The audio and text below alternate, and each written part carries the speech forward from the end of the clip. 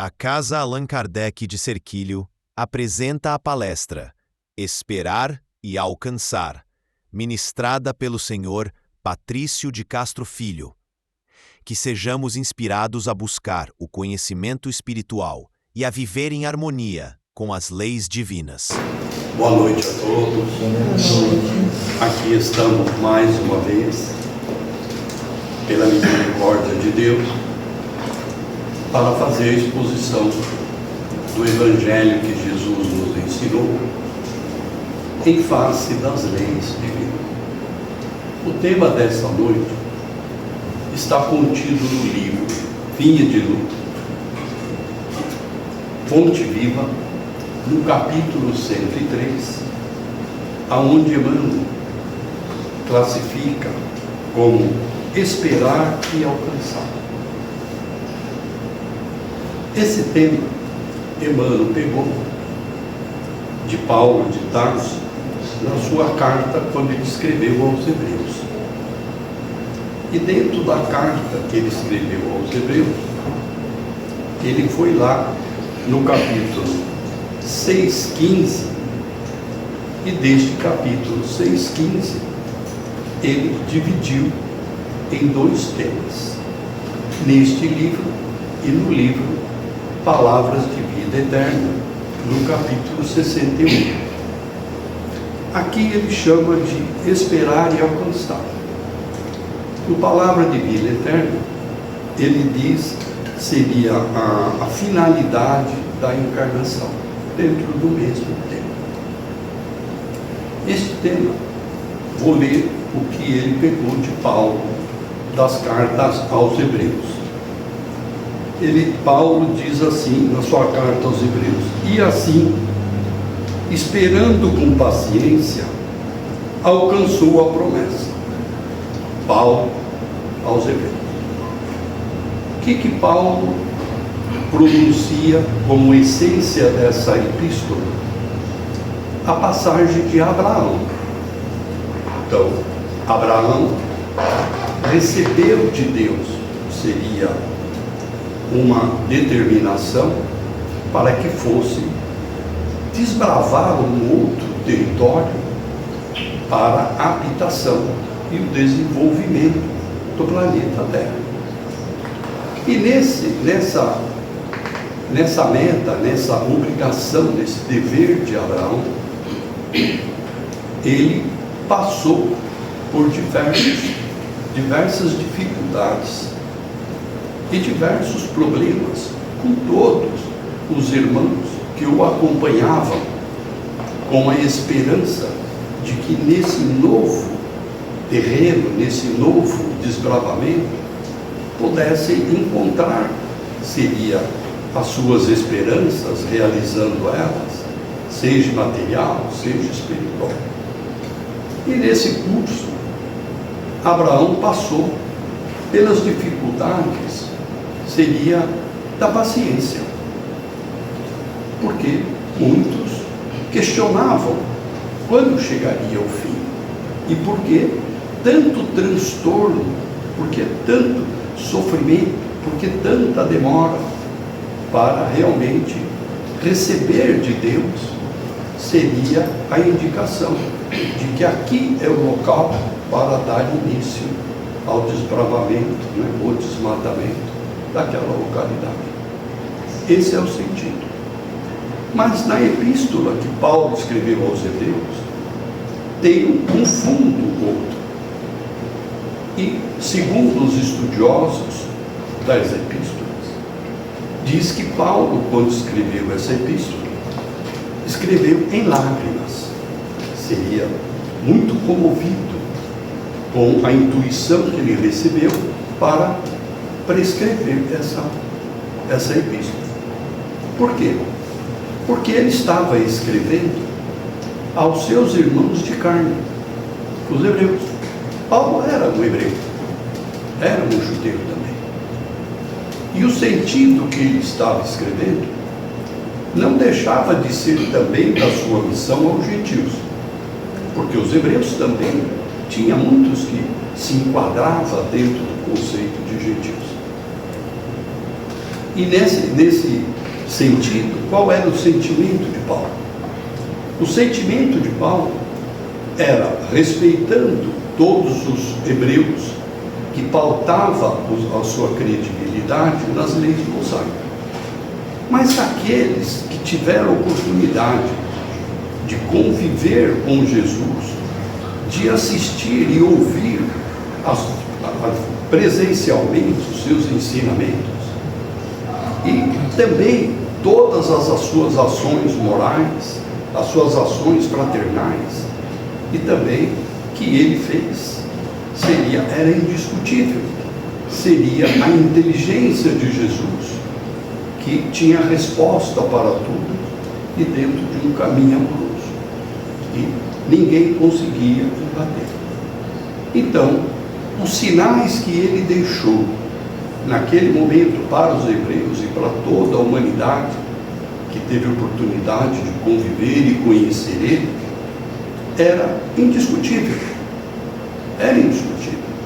Seria pelas vibrações magnéticas, o restabelecimento de enfermidades físicas e outras enfermidades de toda a ordem, o equilíbrio de todos, as respostas aos mais sábios daquele que existiam naquele momento, os seus ensinadores, os seus profetas, seria de tudo aquilo.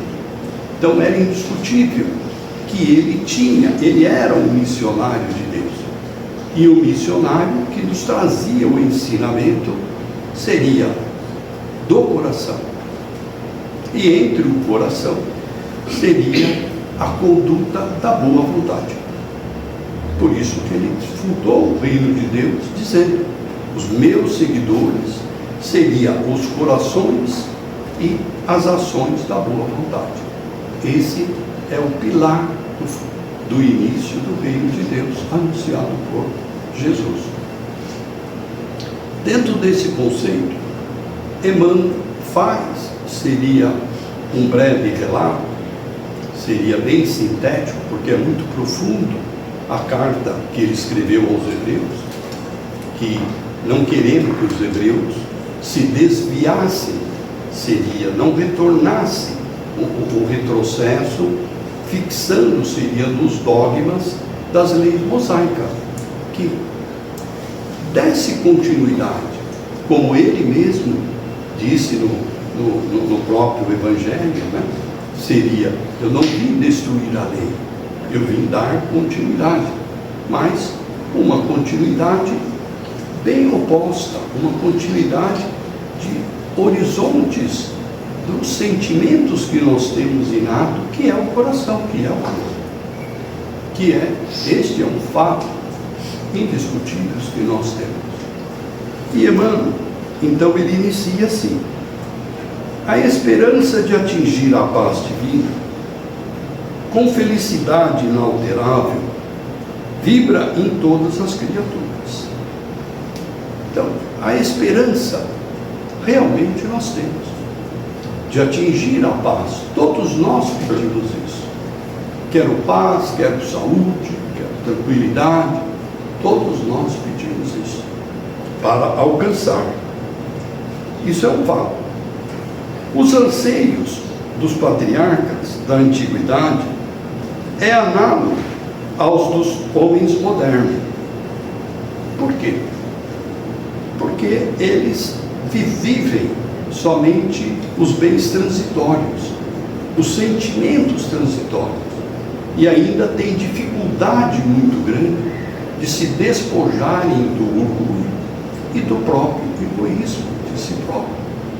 Então, eles têm a soberba de que eles são o poder, eles são os inteligentes, como os hebreus tinham na oportunidade, que todos que nasceram com deficiência física eram pecadores, e todos que nasceram perfeitos eram abençoados por Deus, embora a visão deles era extremamente externa e extremamente materialista, mas não tinha nenhum rumo de avaliação dos seus sentimentos. Mais adiante ele diz: um lar coroado de bênçãos seria Deus nos criou, e nos deu oportunidade para vivermos em família, vivermos em coletividade. E qual é o berço do lar? Por que o berço do lar? Tem muitos lares que eles são desarmoniosos. Todos nós temos provações, expiações para vencermos ali dentro do lar e conseguir nessa encarnação resgatar essas dívidas de outras vidas. Isto é um fato.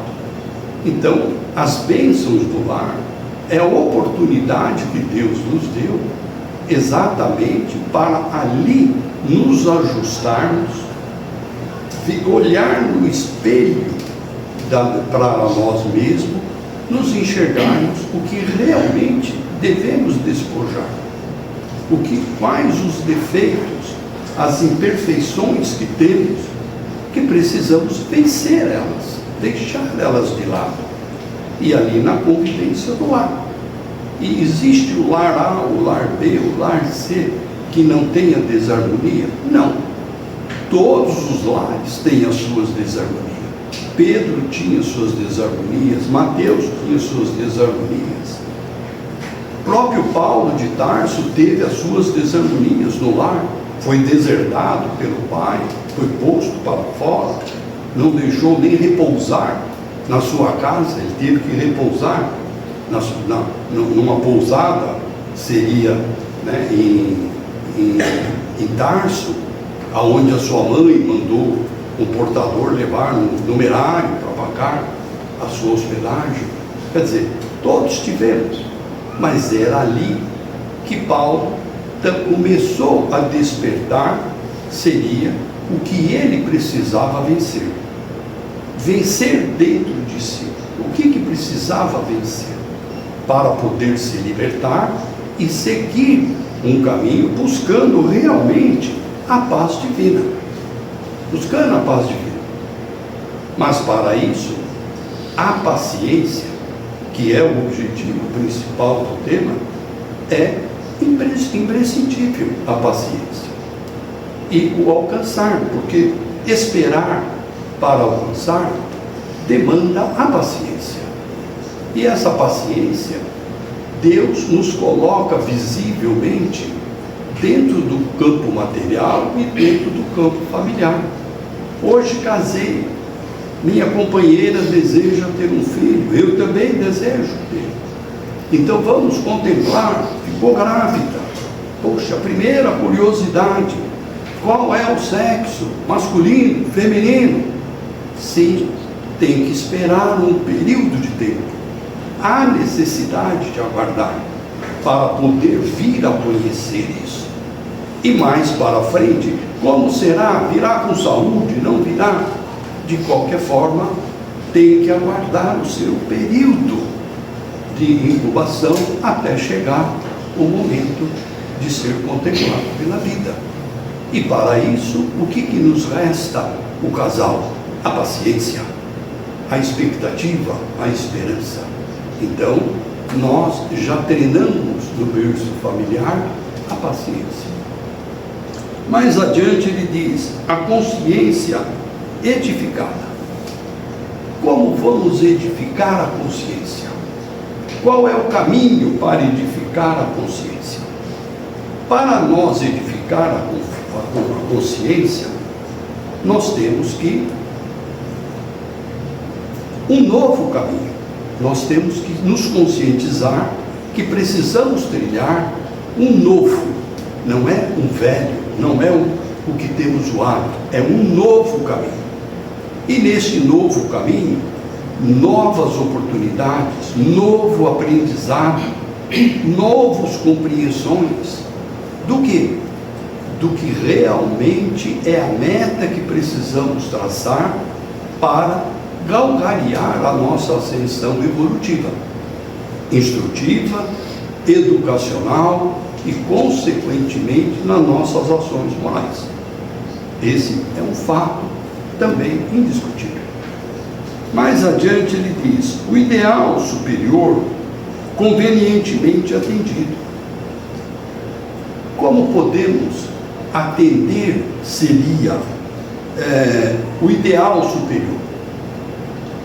Qual é o ideal superior? Qual de nós temos aqui escrito ou gravado que o ideal que os superiores desejam de nós? Na individualidade, ninguém tem. Nós não temos. Mas temos na nossa consciência o dever de aprender, o dever de nos curvar sobre as leis de Deus. Esse é um fato normal. Se nós não interagirmos para o conhecimento das leis divinas, obviamente não iremos atender os ideais do alto. Como temos o exemplo da escola. Coloquei meu filho na melhor escola. Ele não estuda, reprovou. E aí? Atingiu o ideal dos pais na sua ascensão educacional? Não atingiu. E o mesmo fato acontece com Deus, para conosco. Estamos aqui contemplados pela sua soberana misericórdia na roupagem carnal. Mas com que sentido a roupagem carnal? Qual o sentido disso? O sentido é que nós estamos numa escola. E nessa escola, para aprendermos o quê? Seria os valores culturais do momento transitório, para fazer frente às nossas necessidades da subsistência. E os conhecimentos das leis divinas, também colocando em prática, para quando subirmos, termos créditos. Qual é o meu crédito moral? Qual é o meu crédito da minha ascensão evolutiva? Isso é o ideal superior. Quanto você galgariou de ideal para você? E Paulo deixa bem claro isso na sua epístola também. Olha, não preciso galgariar 100%. Não consegui vencer o meu projeto encarnatório.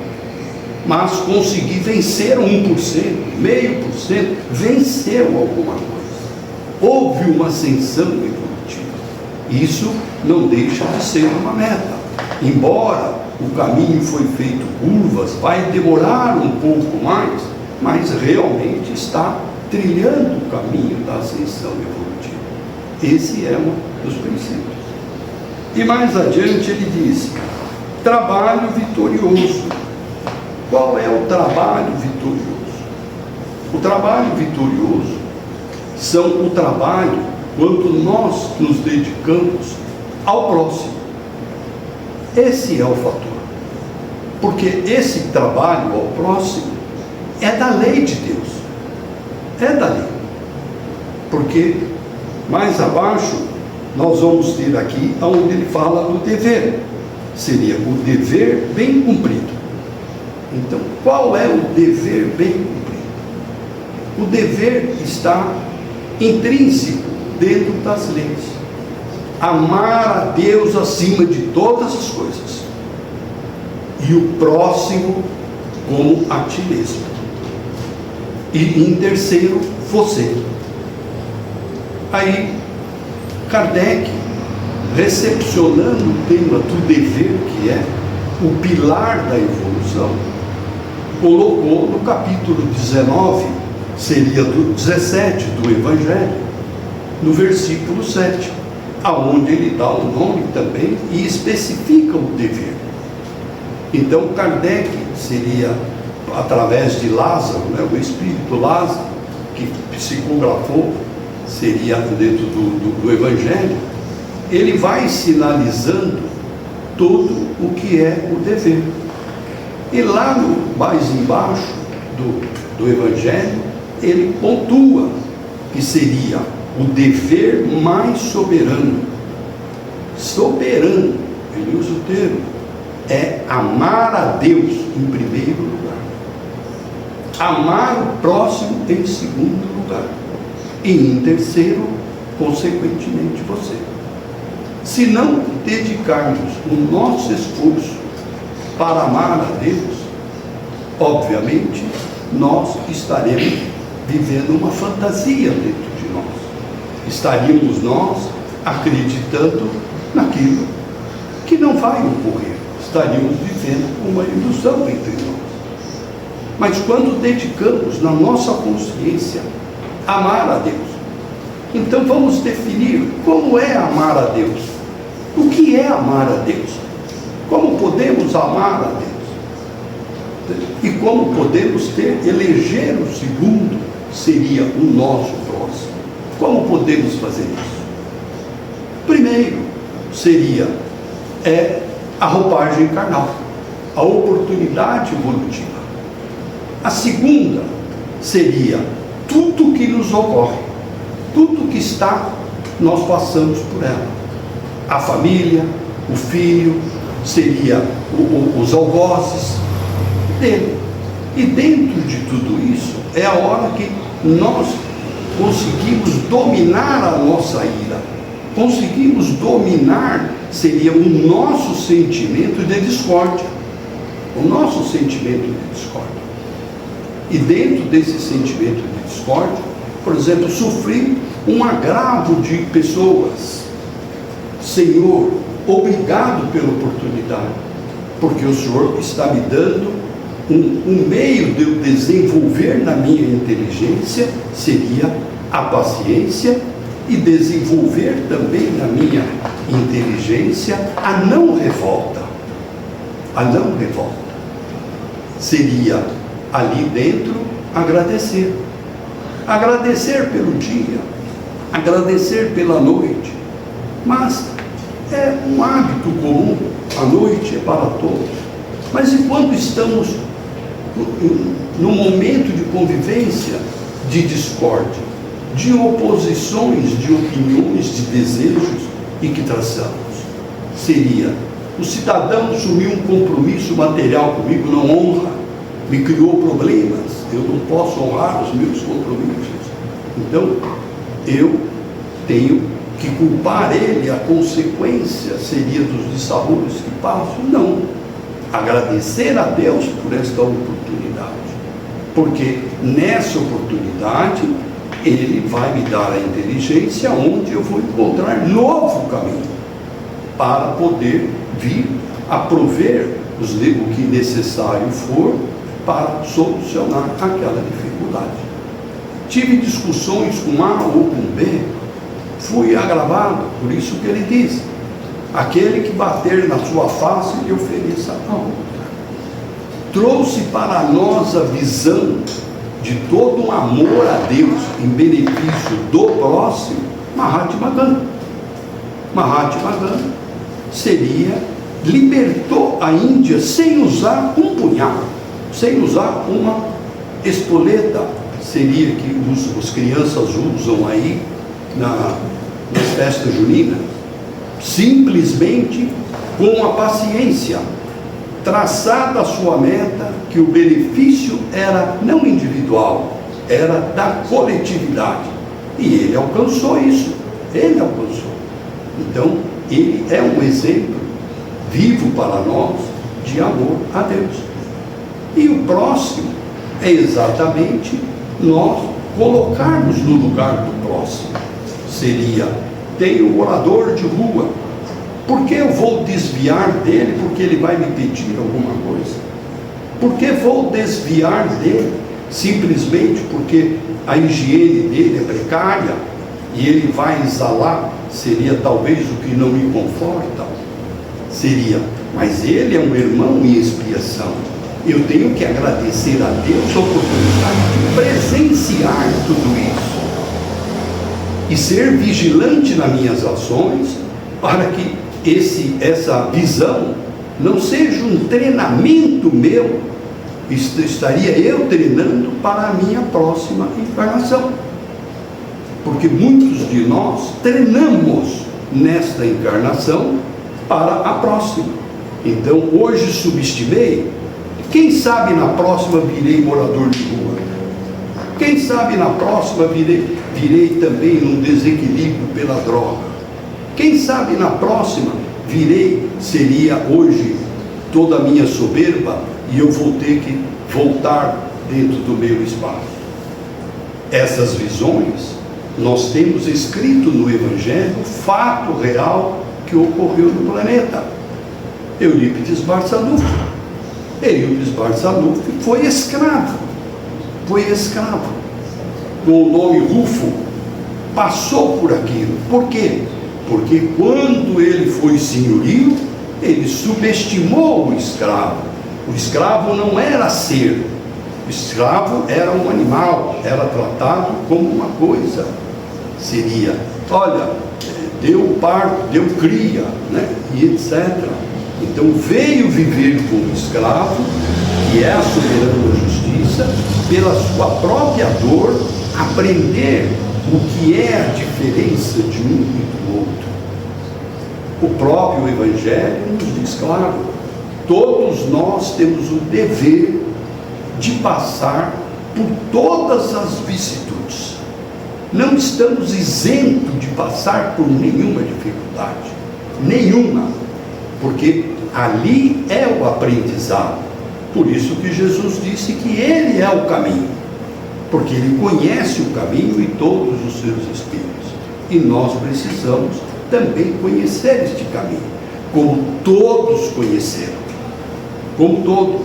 Pedro é um exemplo, era austero, era exclusivo, era bem austero, e teve que abaixar, teve que se moldar. Seria na casa do caminho, e servir ao próximo, e tomar a sua consciência de uma maneira normal. Seria, isso faz parte? Sim, também faz parte da Epístola aos Hebreus.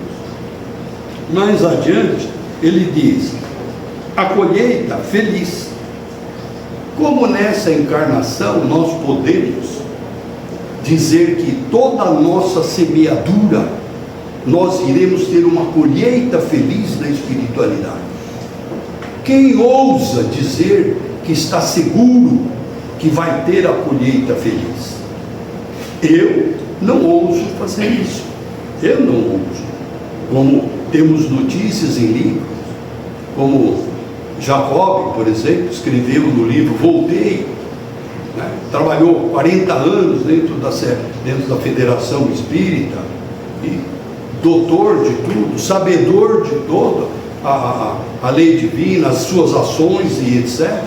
E chegou na espiritualidade e viu a diferença de graus evolutivos por conta das suas ações, que não foram pautadas dentro do princípio do Evangelho. Quem diz isso é ele mesmo, no livro Voltei. Então ele que relata. Por que Deus permitiu que traz esse relato?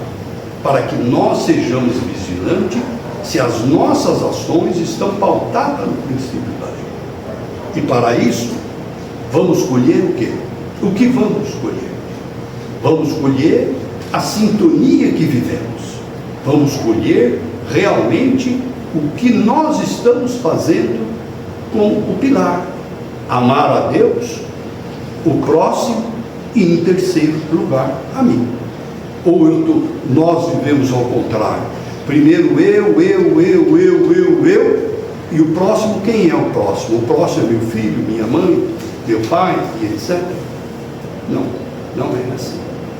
Mais adiante ele diz, contudo, esperar significa persistir, sem cansaço, e alcançar expressa triunfar definitivamente.